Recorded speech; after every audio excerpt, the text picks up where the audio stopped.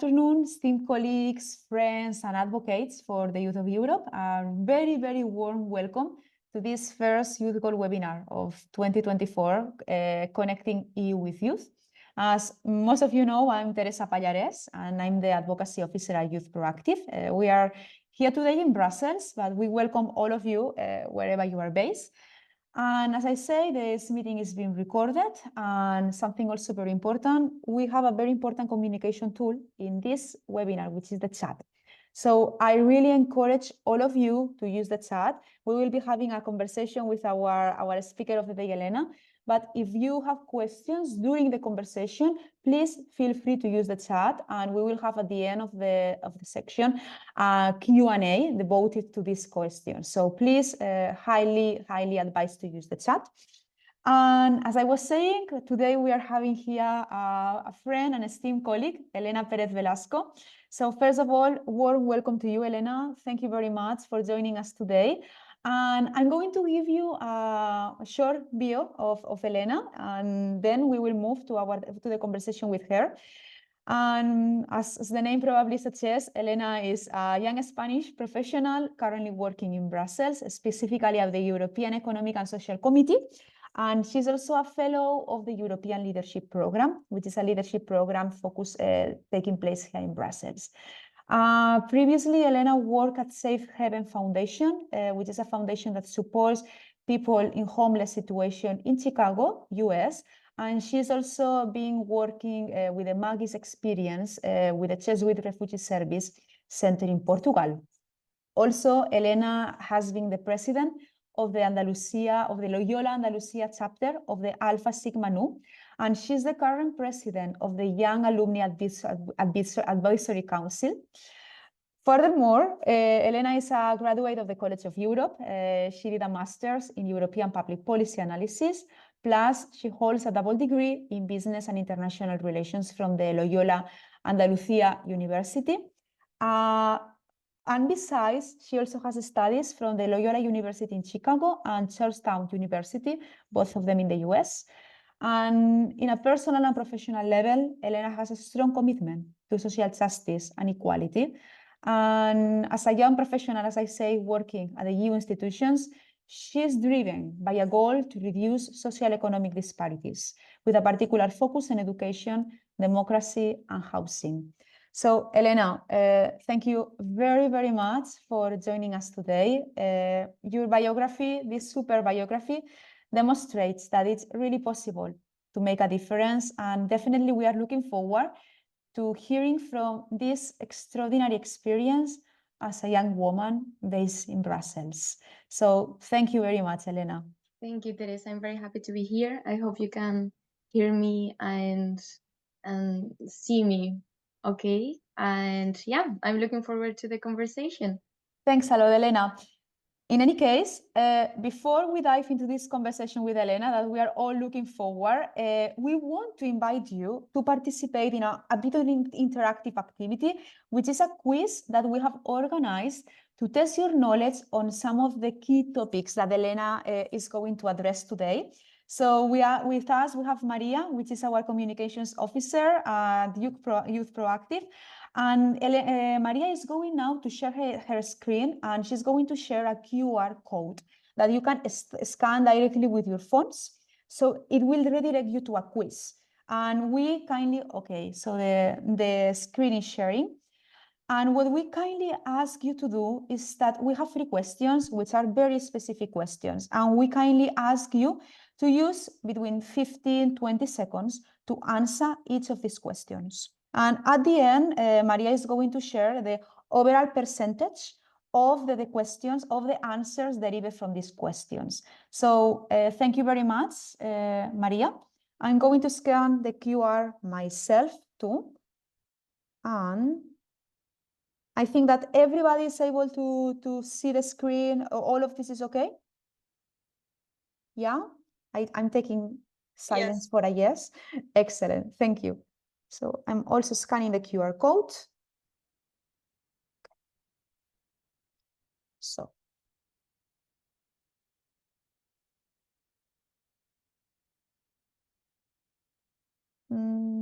Is everyone able to answer, to access the questions?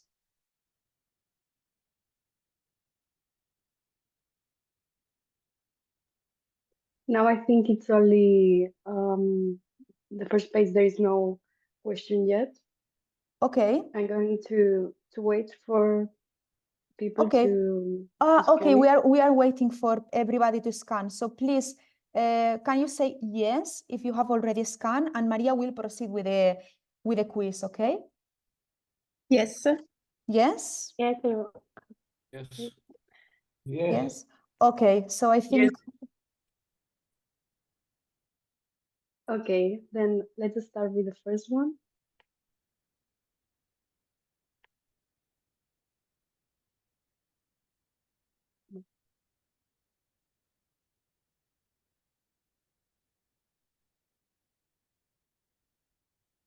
okay, so I'm able to see this in my screen. I guess everyone has the same, isn't it? Thank you for your technical support to everybody.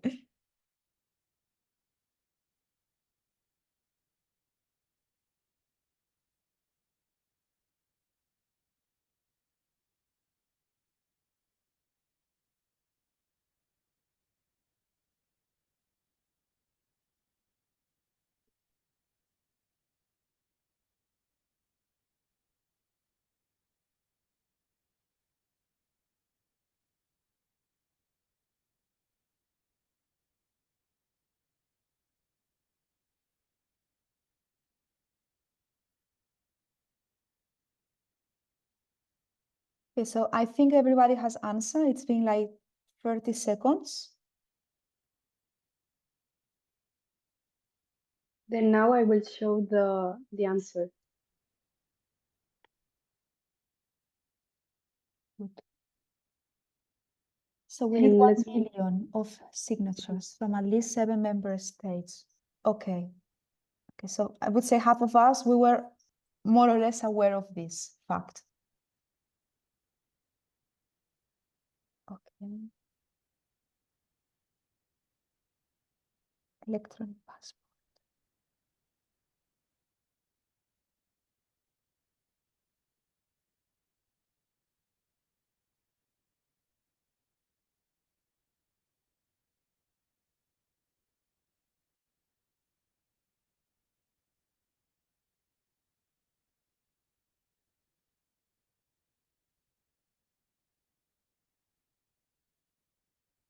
I think we have unanimity in this answer, more or less, more or less.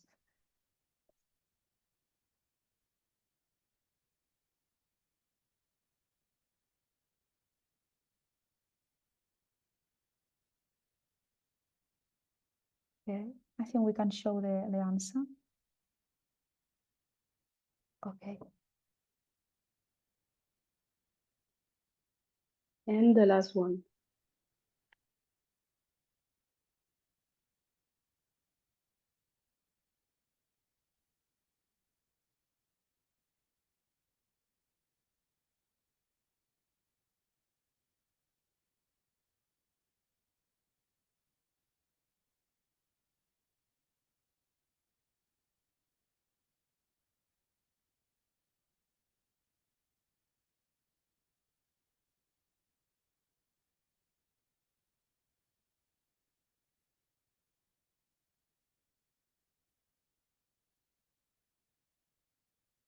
Okay.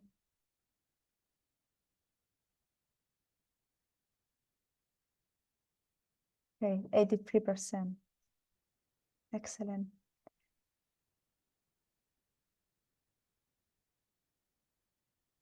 Thank you very much, Maria.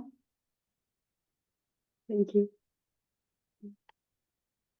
So these are some of the questions that really many times we were wondering when we were elaborating this quiz to what extent we are really familiar with topics like this, which seem to be like, you know, very well known by the European public, but many times we are not 100% sure of the exact answer.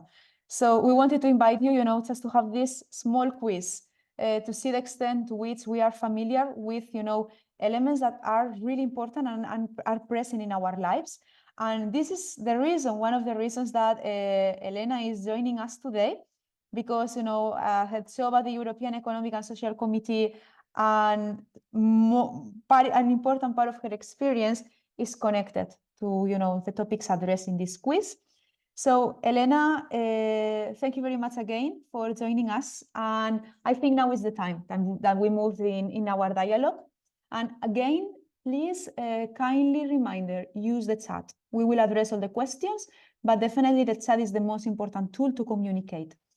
So, Elena, we have organized our discussion in 3 main areas. And the first one is about improving youth involvement in the civil society initiative. We are familiar that you are very knowledgeable about the role of civil society. And given your current role at your organization, we were wondering, how do you see initiatives like the ones that we are talking about? How these initiatives support the increasing place of youth participation in the EU democratic processes? We are all aware that the European Parliament elections are taking place in June, 6th and 9th of June, but in overall, how we can improve the youth involvement at the civil society level? The floor is yours. Thank you, Teresa, and again, hello everyone. I'm very happy to be here, and it's actually exciting for me to tell what I do here at the committee. Yeah, I hope you know what the committee does, but I wanted to precise what do I do, because although the committee, the European Economic and Social Committee, is an advisory body for the EU institutions, so the Commission, the Parliament, and the Council of the EU. Of course, is a body and it's quite complex in itself. So I will focus on what I actually do and my specific unit in the directorate. So I'm working at a unit that deals with the relations between civil society and the national economic and social councils, and EU institutions. So somehow we do the bridge between them as stakeholders and EU institutions to bring together the interests of civil society and represents their interests. The ESC is the House of Civil Society, as you probably know. And yeah, it's basically building the bridge. Sometimes we are more heard in specific topics. Other times it's a little bit difficult because, of course, the Commission, the Parliament, and the Council also have their own agendas. So we are trying to get our feet there and very much represent what civil society needs. And you may wonder why civil society and why we need the ESC. And it's because although in the parliament, the citizens are represented, of course, the interests of the citizens are represented there. Civil society may have somehow different interests, or they come together in different organizations that want also to raise their voice in specific topics. So whether it's mental health or youth engagement, in this case, no, or yeah, whether it's democratic participation or philanthropy, they all gather. There are citizens who gather for those causes, and instead of going individually to the European Parliament, they gather here at the European Economic and Social Committee, and yeah, they express their voices. In itself, the committee is quite complex because the political aspect or dimension of it is composed of 3 main groups: the employers, so businesses, the employees, trade unions, and the third one is organized civil society, so different NGOs, foundations, and so on. And these 3 groups gather together and come up with their own opinions, arriving in a consensus. So here we always the word that appears in every meeting is consensus seeking. Eventually, it's not just what business want to do or trade unions want to do. They can do that as lobbyists in Brussels. They can still do that. But what we do in the House is to bring all those 3 kind of voices from the member states and come up with something that they agree on. And then we produce these opinions and they are shared with the different institutions on the relevant topics that they are discussing. So yeah, being said that, Responding to the question of that Teresa asked, how do you see like the different initiatives of youth involvement and so on? I wanted to talk here. I think it could be very interesting for you. Mainly two initiatives. I personally, I think could interest you more. But if you have other questions, please feel free to raise your hand, put in the chat, as Teresa said. I think this is better to have a little bit of dynamic, session, webinar, rather than just listening to me. Which, if it's boring, just like tell me, Elena, skip that, and I will do so. So for that, I wanted to show a little presentation. So if I can share, let's see, where is it? Okay, the screen two. Let's see.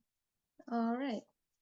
So this is the committee, in case you have not yet seen it, and the two initiatives that I wanted to bring.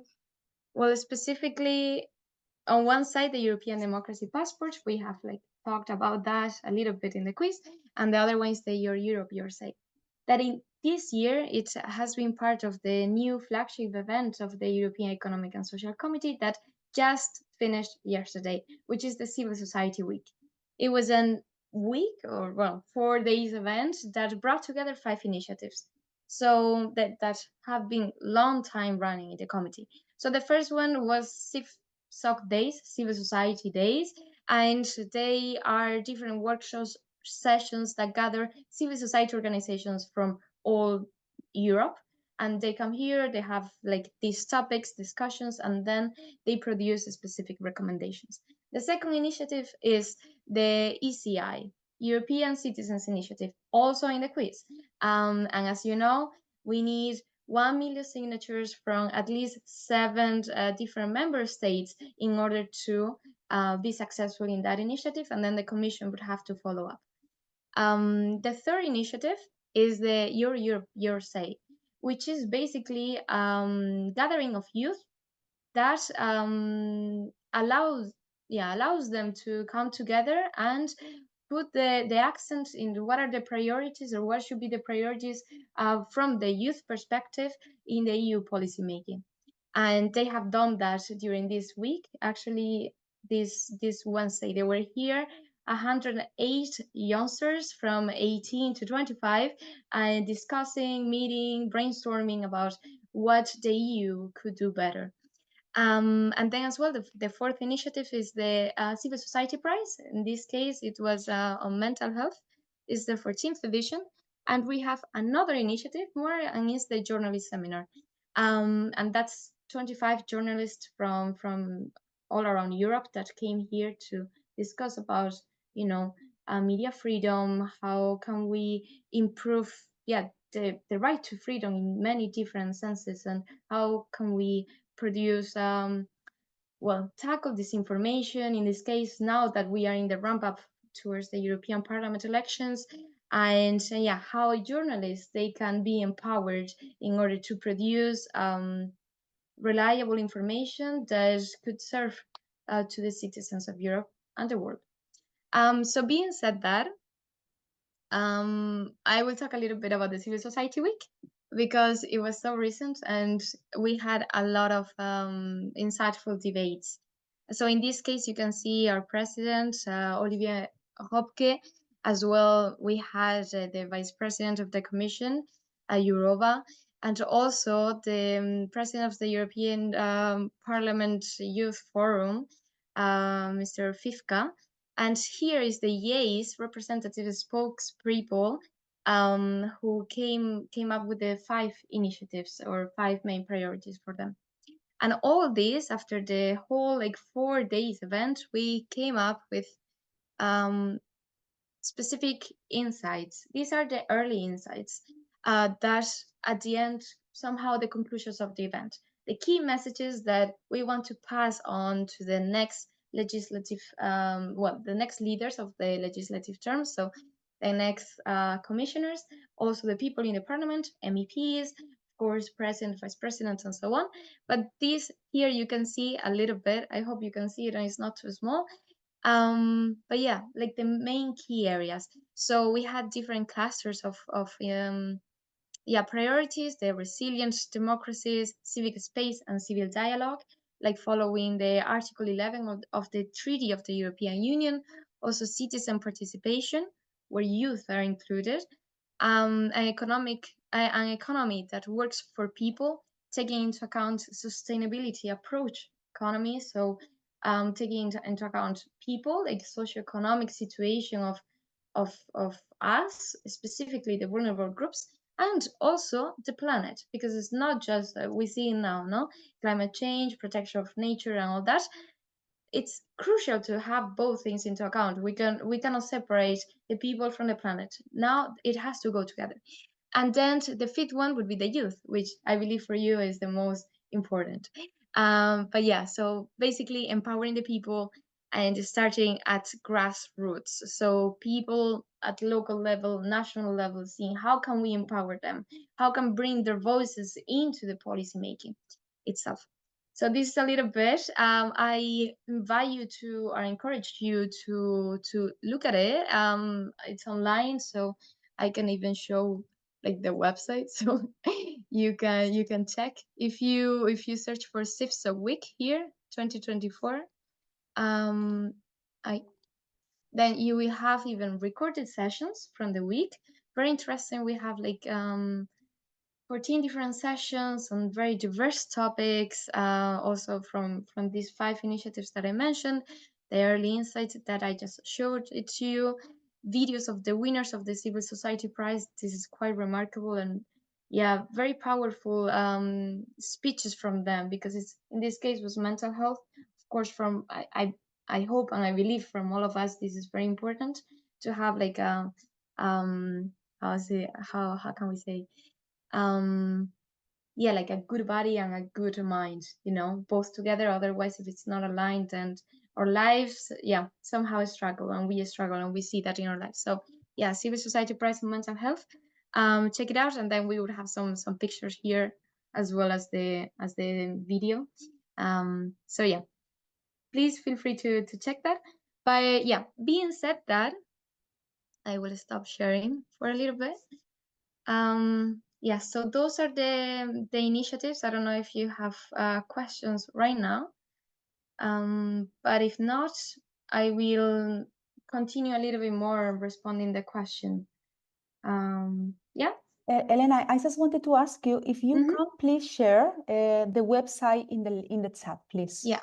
So of people course. have direct access right now, and they can also follow up on the images and the different initiatives and the Yeah. clusters that you were mentioning. Okay, this is the info and media, but if you go to the other website, then Civil Society Week, if you put it, should appear.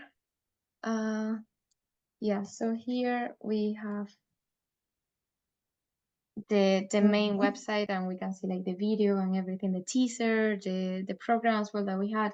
And even if you, I don't know if you are, yeah, I would be curious to know like what you do as well, because then we perhaps can connect more. But if you ever like organize an event, this is also a very good template to follow. And this is like, okay, they did that, they did this other thing. There are many speakers. If you're interested in people, like connecting with people, check this, because yeah, they're super accessible and willing to talk to the youth. I saw that during this week, and yeah, of course, I consider myself also a young person. I'm only 25, so well, turning 26 next week. But like they were willing to speak to me and to get into vibrant discussions. So I encourage you to do so too. Don't be shy. Yeah. So that's one thing. And then going a little bit farther into enhancing youth involvement, I think this is like key, and we see now a trend in the institutions that they also realize this. I mean, it's not just a narrative that some politicians or some civil society organizations want to share, or even some movements, no? Like, yeah, listen to the youth, but really, it's a matter of like strategic thinking and foresight. Like if we want to create and develop policies that work in the long term, we need to take into account all perspectives, not just the ones that are in those high position and can decide, so policymakers and decision makers, but also people from civil society, like in general, you know, like elderly, young, also like any kind of profession. All this is very important to create solid proposals for different policies. And in that sense, there is one initiative or one opinion from the European Economic and Social Committee, that is the EU Youth Test. And this is something that the Commission has started to pick up on. Basically, what the EU Youth Test implies is that, or proposes, is that any policy that is going to be proposed in the College of Commissioners has to pass through this young or youth test, no, like considering the youth perspective, and not just in the policy areas where youngsters could have perhaps a more relevant place, no, like for instance in education, university, or employment for, you know, for youth and so on, that are very much narrow into us, but also any kind of policy. So whether it's from environment to industry to energy, we have to consider what the youth are saying, because we are not just the future but the present. And I like to put it that way, because otherwise we forget about we cannot forget about our perspective. It's, I consider, crucial. So basically is they consider that political participation is the basis of every functioning democracy, and in order to do so, the young people have a say in decisions affecting their future. So any policy has a strong impact on young people's lives. I don't know if anyone can give an example, but yeah, whether it's like public transport, everyone takes public transportation, right? And it's not just like, okay, what are the trade unions and the companies saying and so on, but okay, well, what is the salary of like the young people? When, at what time, you know, like the living conditions, can they, like the youth, like afford this or not? What policies can we implement in order to make life easier for them? No, how can perhaps youth, at least in Brussels, there are many people who use bikes. So should we invest more in public transportation or in these like roads for bicycles? No. So all this has to be taken into account. And perhaps we have the same opinion. Perhaps I could have the same opinion as someone 70, 60, I don't know, like putting as an example, no? But it's important to say, okay, she had the same opinion. Let's see what other youngsters say, right? So yeah, and what else? Basically, they proposed this youth test to considering better regulation. Better regulation is a technique, is a set of tools that the Commission uses in order to propose meaningful policies and to check them before proposing them. Because when you propose a new policy, there is no benchmark to know how was it before, is this gonna work, is it effective, is it efficient. Then we use this better regulation toolkit in order to somehow save ourselves time in the future, because we do the checkup before and not just after implementing this. And the youth test is like, okay, in this better regulation tool, we are including the youth and we are going to consult them specifically. Yeah, so I would say that about the youth test. I don't know if you guys have questions about it, but then another initiative that you're probably very familiar with is the European Citizens Panel. In this case, it would be super cool if some of you had participated in this, so you guys can share your opinion. But if not, the European Citizens Panel is well, they are happening. The first one was last year, this on food waste. This year there was another one on energy, and there will be a couple more. And they're like these participatory democracy initiatives that the Commission does in order to consult the people before like going ahead with this proposal to the Parliament and to the Council. So considering this, the youth perspective it's very interesting how it's implemented in the European Citizens Panel, because it's super random. They just like send invitations to different citizens around Europe. So it's not that you can volunteer, but you are somehow chosen randomly. However, it's somehow a fixed random. I don't know if we can say it that way, but there are specific quotas, right? So we have the quotas for the youth, also for vulnerable groups, and so on. So we make sure, or at least the Commission makes sure, that in this citizens panel, the youth are heard, and also vulnerable groups, people coming from regions and not like big cities like capitals, but also local specific regions that perhaps are not so connected with Brussels. And yeah, so in this way, they also listen to young people. And yeah, somehow those are the initiatives I wanted to bring to you today. But if you have others or want me to expand a little bit more, then we can also do it. Thank you very much, Elena. I just share in the chat as well the info about the youth test. Okay, so everybody has access to this information. And wow, I think that we are receiving a lot of knowledge and a lot of topics that we should be aware of, and a lot of materials to learn from. And I'm now moving a little bit deeper into the field of European public policy, which is also, one area of academic expertise from your side, but now you are more in the professional realm, in the professional area.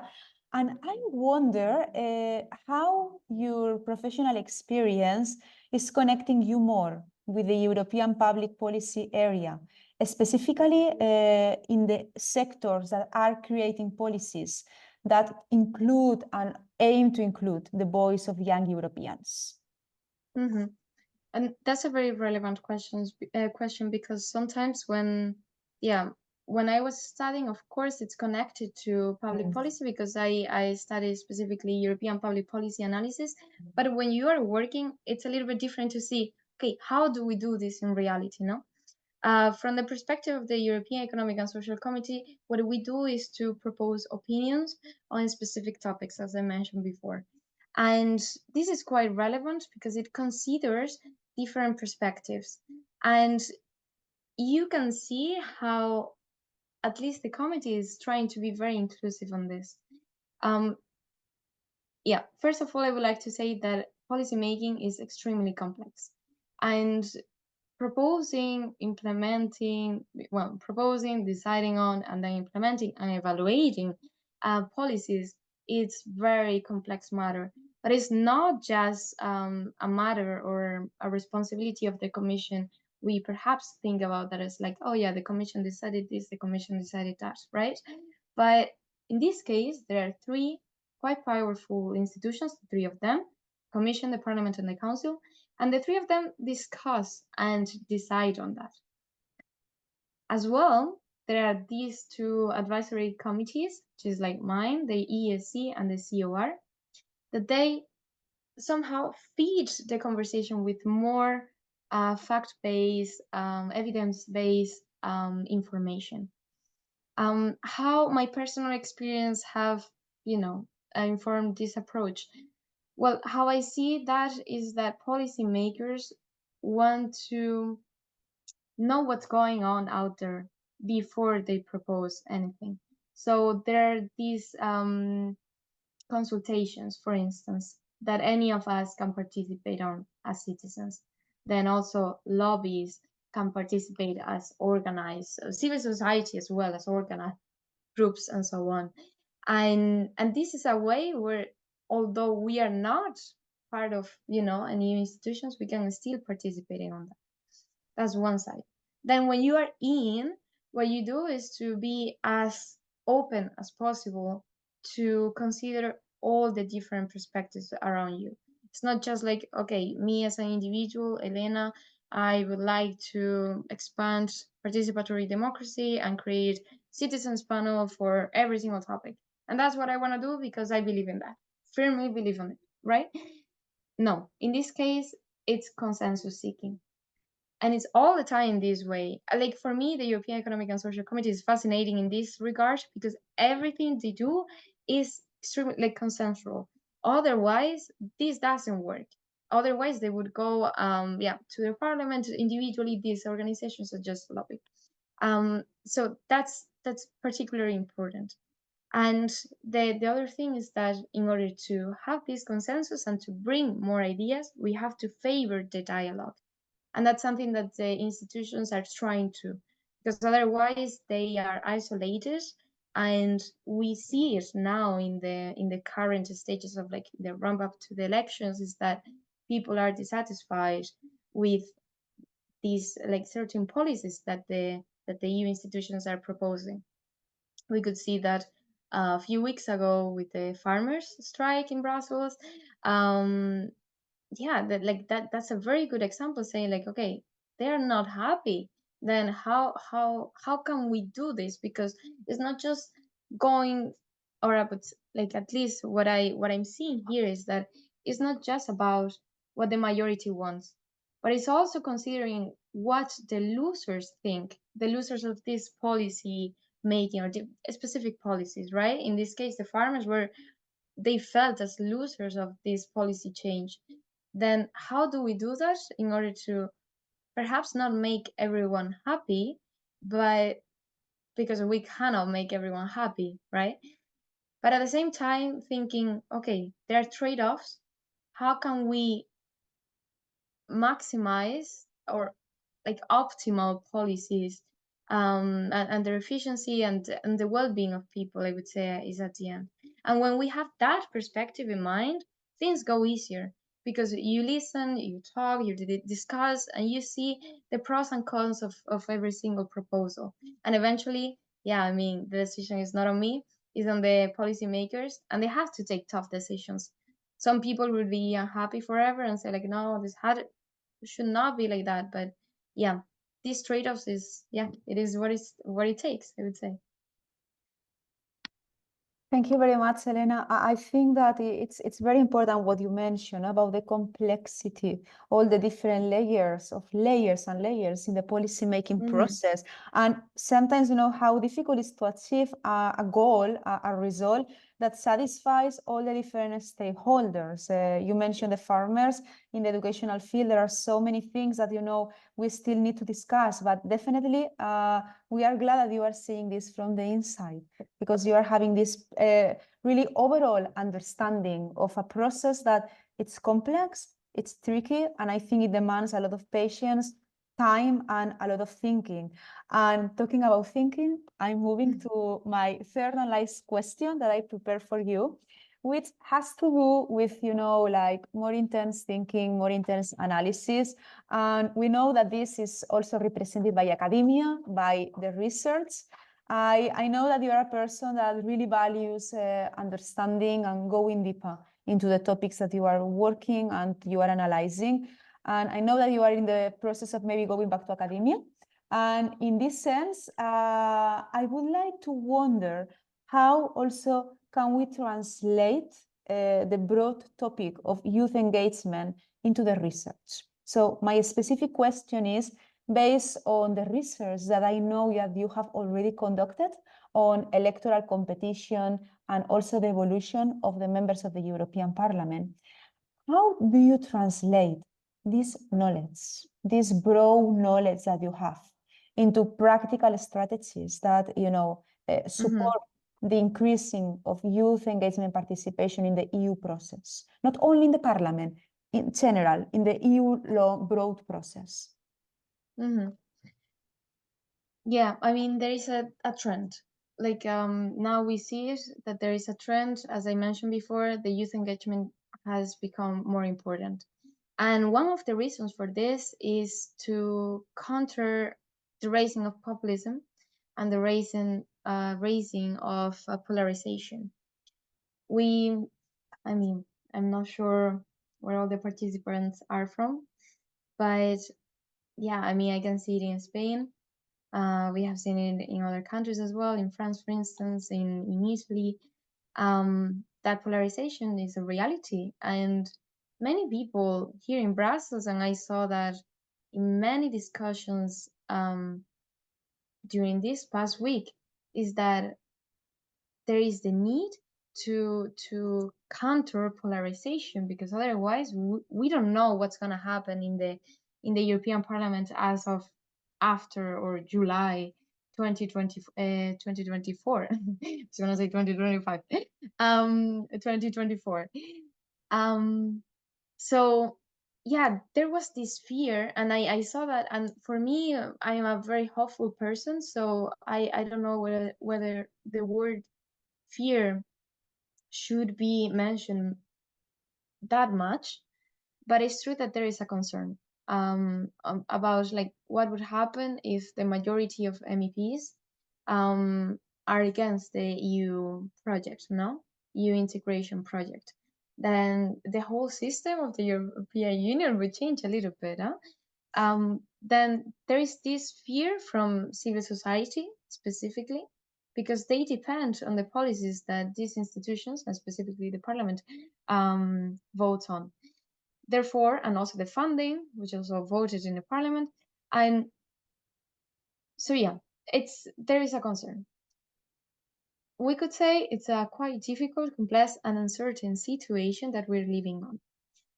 And we see that in, for instance, in the president, Roberta Metsola, how she's campaigning, and when she campaigns in the different countries, member states, she often goes to the youth.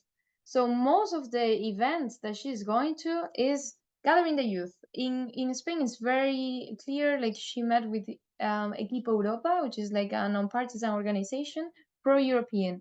And they were there in the event, and specifically for the youth, and making this connection between like elderly, intergenerational dialogue, but focusing on youth participation and an audience, a youngsters, like a young audience. And why? Because there is this thinking that the youth are less polarized than, for instance, other generations who perhaps have seen more and they are unhappy with the current trend. So it's somehow making more popular to be less polarized. This is quite, yeah, there is a little paradox there, because it's not just about being popular or not, but think about what works and what makes people's well-being better off in the long term. And there are these, yeah, like these popular narratives of like, no, we have to, like, specifically on migration, for instance, climate change, environment, which involves energy, that these changes, for instance, in climate change, that no, we cannot do this because the competition, like European competition in comparison to China and the US, then we would lose competitive power. Then therefore, we should not be the only silly actors in a way thinking about this, because then we would have less power geopolitically, no? But then if you think farther in the long term, it's like, okay, yeah, that's your point, but it doesn't matter how much power we have if we cannot live in the world we have today, right? So there are all these narratives, and we have to be very intelligent when listening to them, and picking up on the goals that these actors or these people are, in general, any politician, they want to transmit us, whether it's fear, whether it's happiness, somehow the emotions, but also where do they want to go, what do they want, what do they want us to do with that information? Is it to vote them? Is it to vote for another one? Is it to not vote for someone else? This is, yeah, it's very interesting, like the research on that, and I invite you as well to look into this. But yeah, eventually coming a little bit on the conclusion, because we can talk about this like a lot, is that, or at least one of the main takeaways that I would like you to take from this call, is that policymakers have difficult role at the moment, because we have a lot of offer in the political spectrum and not so much engagement from the voters. So from the youth perspective, youth engagement, the youth can be engaged in two main ways. One is like in elections, such as voting, and the other one is participatory democracy. So also acting between elections, not just in the day of the election when you go and vote, but also in between, whether it's like petitions to the parliament, national parliaments, European parliament, whether it's to engage in civil society organization or in a youth movement. You know, all these things are way to express our opinion, be part of the conversation, and connect with these policymakers. And then the other thing that we can do also, a way of participatory democracy, but perhaps not so much in the system, is, which I heard this during this week from one of the speakers, is to use our wallet as a vote as well. It's very important to consider, okay, what do I buy and why do I buy and from who? And actually from who? Like, this thing that I'm buying, where does it come from? You know? And because we have two votes. One is in the elections and another one is our wallet. So depending on what we buy, that would determine somehow the economic development and the economic activities in our surrounding. If we go for local stores, then perhaps they have like more power to continue around us, whether if we go to like these big supermarkets that we don't know where the food come from. I'm not saying that one is good and the other one is bad, but it's our decision to choose that. And then in the elections, we should choose as well for those politicians that have the same mindset as us. It's not like the general somehow the general manifesto that they have, but also like, okay, so I want this for, in this case, the future of Europe, no? Because it's the election that is right, yeah, like in a few months. Therefore, it's like, what do I want for Europe? To who should I vote in order to get there? That's what I would say. Thank you very much, Elena. I think we have here three things I feel like taking notes. How do we vote? How do we act? And our daily choices.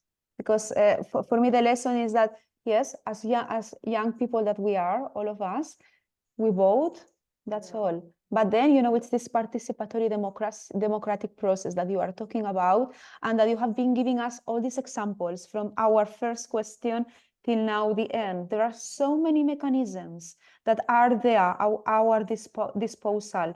Check the chat. We have some examples that Elena has provided us, and we really need to take action. And here at Youth Proactive, we talk very often, and Elena, you know this, you are familiar with our organization, that we talk about empowering, connecting people, and engaging with young people. And we have the tools to do this. And as you say, we also vote with our wallet. We are responsible of our actions. It's not voting every 4 years or 5 years. It's voting every day, with our choices. Like, it's a democratic process. So let's really act accordingly. So, Elena, I think our conversation can go for hours and hours. Honestly, it's been almost 1 hour and it feels like 20 minutes for me. I think I can speak on behalf of everybody. I'm very glad the quality, all the details that you have provided in your answers. Thank you very much. It's been wonderful talking to you, learning from you, and knowing that you are working in an area where there is so much space, so much room for young people, for young professionals like you, for all the people that will come, eventually working at institutions to make real change. So I would say thank you very much. But we are not finished, because we have been monitoring the chat, and I think there are a couple of questions, if I'm not wrong. One was posed by Carlota Viaro, and Carlota is asking, I would like to know approximately about the financing mechanism the EU is giving to the committee each year. So I guess is the funding that you receive, or where is the funding coming from to the committee? I mean, most of the funding comes from the EU funds in this case. The EU funding is quite complex, so I'm not gonna go into that. But what I would like you to take into account is that we have about 700 officials or employees in the committee, and well, that's one part. But also there is the member side. So these three groups that I mentioned, right? The employers, employees, and civil society organizations, and these are also receiving some kind of like a per diem to come to the specific meetings that we have here at the committee. The exact amount per year, I'm not too sure, but I can look it up. And I mean, look it up. Possibly it's transparent information, open information that should be online. But I will, yeah, look into that and perhaps like share it with Teresa. And then if you are very interested, then we can share it with you or to you, because indeed it's important, or at least in my opinion, for Europe to be as transparent as possible, since this is taxpayers' money, no? I hope this answers your question, Carlota. Thank you for asking. Yeah, also, in general, for general funding at the EU, there is a very comprehensive website where whoever is interested about how the EU institutions are funding themselves, you can find all this information. As Elena was saying, all of this is open, completely transparent. And I just share with you because, for the sake of young engagement and getting to know how the funding mechanisms for young people work, if you check the chat, there is funding for work, studying, grants, and so on. For the case of the committee, Elena, probably we can get in touch and you can share this information with me, and definitely I can share with Carlota and whoever is interested. And I'm checking now the chat. Again, we still have like 5 more minutes because we started at 4:07, if everybody's happy with that.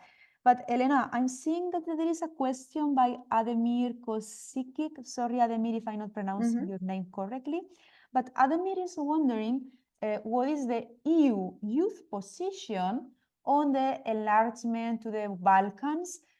He's letting us know that he's from Bosnia and Herzegovina. So if you can offer us some knowledge, or if you have some understanding of EU enlargement. EU, I mean, we see that in many discussions happening now, no? That the EU enlargement is going to happen. There is like this narrative and also a lot of actions taken in order to make this happen at one point, candidate countries and so on.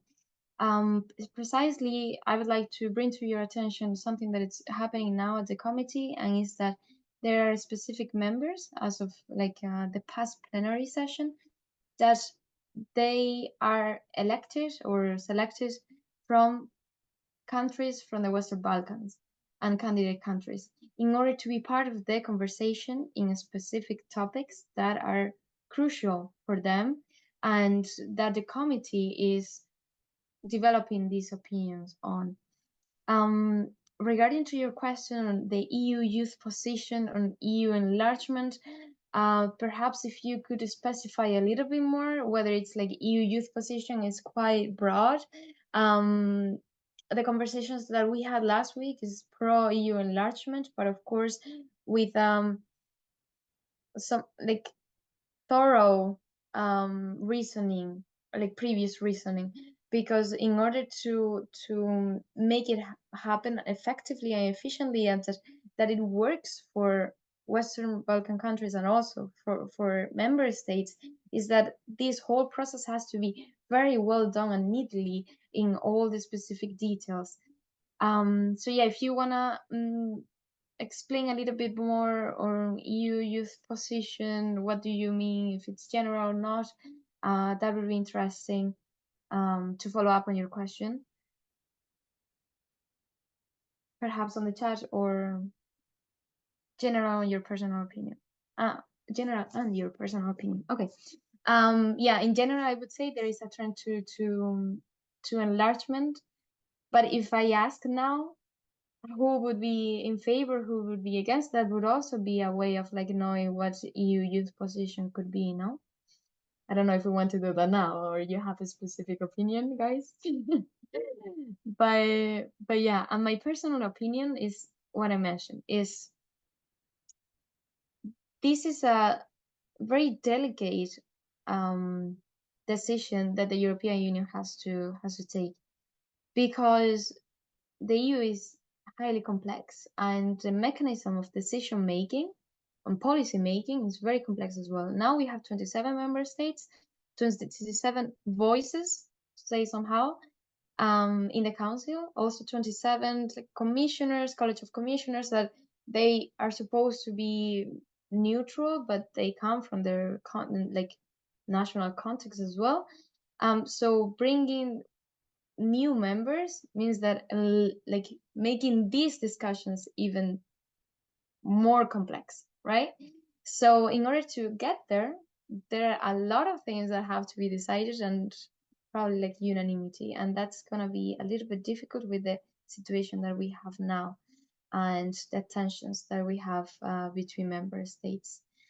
But I think we have to be hopeful, and there is the trend that eventually the future is looking to a future enlargement. That's what I would say. But in my personal opinion, it's something that it's gonna take a lot of work. But if there are passionate people and determined people behind, if there is the political will, then for sure it could happen. Yeah. That's so nice that you're joining. I don't know if you're based in Brussels or you're joining from Bosnia and Herzegovina. I don't know. Like, I don't have much like context of the participants here. Yeah. So I don't know, Teresa, if you know a little bit Yeah, more. yeah. I mean, it would be great, guys, if you want to write down in the chat where are you coming from. I'm familiar with some of the faces, but we are Okay. more than happy if you want to write down in the chat. I know we have Mr. Jafar from Tunisia, Ademir. Now we know he's from Bosnia. Yes. And you're all based in Brussels or no? Young European Ambassador, Ademir. Wow. Okay. I'm sure you have many things to tell us as well, huh? Yeah. Oh, he's based in Brussels, Ademir. No, Yeah, we have based. Carlota from Italy, Okay. Andrea also from Italy, living in Nice. Italy. Yes. And I would say that Mr. Zafar from Tunisia. And I would say the rest. And Jordan, I think you are based in Brussels as well, if I'm not wrong. Yes. Okay. Yes, Jordan is former College of Europe student as well, Elena. Ah, nice. What Yes. promotion? Yes. Or when did you study? I'm Keynes. It was back in 2016, 17. So yeah, it's a long time Okay. ago. Good. Yeah. Well, nice to meet you. Nice meeting you. Yes. Thank you very much, Jordan, for joining us today. Thanks a lot. Thank you. So, guys, I think it's been more than 1 hour. We can be talking with Elena, I think, for hours. It's always a pleasure talking to you, Elena, learning from all your experience, both academic and professional experience. Really, it's very inspiring for all of us. And I want to say thank you. Thank you very much again, Elena, and to all of you joining us today from so many different countries. And as we always say, for us, this gathering is a symbol of collaboration and inspiration, and what we try to do with Youth Proactive as a young organization in Brussels, but beyond the European borders. So what I would like to say is that it's a Friday, the weekend is starting. So let's carry with us the essence of this discussion that we have been having about connecting EU with youth and youth with the EU, because this is a reciprocal process and we are all working together for a common goal. So thanks a lot. And I just want to inform you that on the 27th, Wednesday, 3 p.m., we will be having our second webinar, this time focused on inclusion and disabilities. You will hear from us very soon, probably on Monday, about the details. And again, you are more than invited to join us and to continue working together. So thank you, Elena. Muchas gracias. Thank you so you much. all. I have a question. Yes, I can Mr. ask. Thank you, Tufan. Elena. Yes, Thank you. Like, Teresa. yeah, I think someone has a question. I don't know who. yeah, me, Andrea. Andrea, yes, go for it, please. Since I always like to take advantage of these kind of meetings to do like of networking. If there is a way it's possible to share a contact between ourselves. Feel don't know. free, Of feel course. free. I was about to say that. Please, my apologies, I didn't. But feel free to share your LinkedIn if you want in the chat. Again, let's use this as you nicely said, Andrea, as a way of connecting with ourselves, because we are also, a group of people engaged and mindful people about EU youth policy. So yes, more than welcome. If you want, let me just open the chat. And please feel free to share your details, LinkedIn if you want, emails, and we keep in touch. I'm going to just one thing because I wanted to. Yeah, I just share mine. Feel free to send me a connection on LinkedIn, or ask me any questions regarding specifically the committee or any other EU institution or Brussels itself, or whatever. Really, I'm very happy to help. Many other people have helped me in this journey, and I believe that life goes that way, like what we receive, we must share it with other people. So yeah. And on another note as well, before leaving, I wanted to say that sometimes we believe that the youth are not heard, and we are not so positive about what EU institutions or national institutions are doing towards like getting the youth perspective. But it's not always true, in the sense of like, yes, it's hard, but there are specific examples pushing for that. And just bringing two into the conversation. One is in Wales, there is the Well-being of Future Generations Act, that it's that it's actually implemented there, and it's a way of like connecting the youth perspective and bringing it into the policy making. I'm going to share a link with you on the chat as well. And then there is another one which is like, well, Teresa knows more than me about this, but it's the Future Generations, which is an initiative from the Jesuit European Social Center, the Good Lobby as well, and other stakeholders and CSOs, trying to bring this youth perspective into consideration, and bringing the future-looking long-term also into the policy making at EU level. And eventually this depends on the willingness of the policymakers and decision makers, but also on the support that these initiatives get from us as citizens and also civil society. So yeah, if you're interested and if you want to support this or learn more about this, feel free to do so. And I hope the policy making in general is going towards this direction. So let's see where we end, no? Thank you very much, Elena. I'm very happy because Youth Proactive just joined the Future I didn't Generations know. Initiative. Yeah, we are coalition. Okay. We are members of the coalition, and I just share with you. We were in the presentation in the launch of the event 2 weeks ago. I think it was the 21st of February, if I'm not wrong. Yes, indeed. Wednesday. Yes, indeed. So I'm so happy. I'm very happy you mentioned this.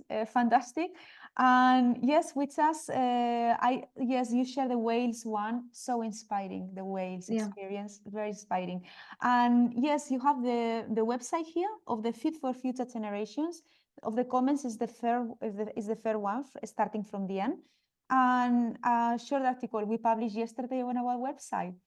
So thank you very Okay, much. This was really perfect fun. then. This was the perfect this was the perfect way Yeah. of ending the webinar. Wow.